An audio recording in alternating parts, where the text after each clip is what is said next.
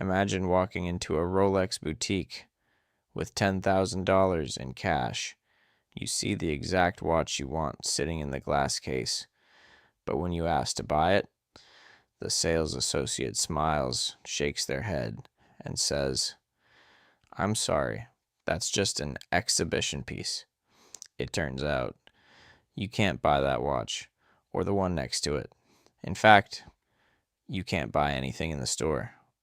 Welcome back to Manufactured Status, where today we are exposing the brilliant, frustrating, and deeply calculated psychological game behind the global Rolex shortage, and why the company is secretly thriving on turning you away.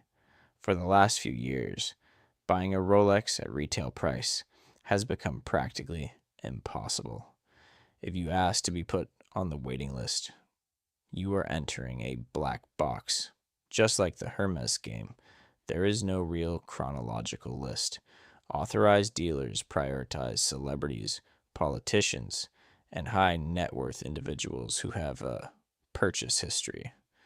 To get a $10,000 steel submariner, you are often forced to buy thousands of dollars of ugly jewelry or low-tier watches you don't even want, just to prove your loyalty. So, why doesn't Rolex just make more watches? They are a multi-billion-dollar company. Surely they could scale up production. Well, they actually produce roughly 1 million watches every single year. The shortage isn't a manufacturing problem. It's a psychological strategy. It plays directly on a cognitive bias known as scarcity heuristic. As humans, we subconsciously equate availability with value. If something is easy to buy, our brain assumes it's common.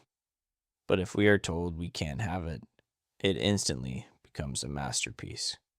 By keeping the retail stores completely empty, Rolex has successfully outsourced their marketing to a dangerous secondary market known as the gray market. Because you can't buy a Rolex at the store, desperate buyers turn to independent dealers, paying double, sometimes triple, the retail price just to get one immediately. Rolex doesn't make a single penny from these inflated gray market sales, but they win something much more valuable: absolute cultural dominance.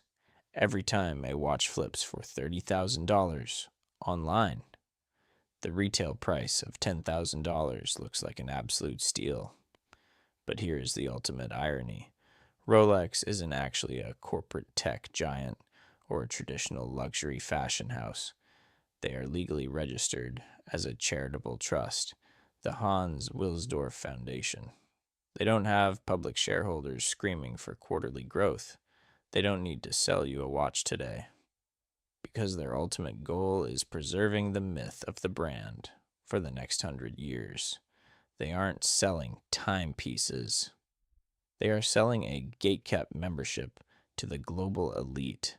The next time you see an empty Rolex display case, remember, you aren't looking at a supply chain shortage. You are looking at a mirror, reflecting your own psychological desire for what you can't have. If you want to bypass the wait list and enjoy premium horology without the corporate mind games, I've linked some incredible, independent, high-quality watch brands and elite watch care tools in the description below. Hit that subscribe button to catch our next expose on why the middle class wears giant logos.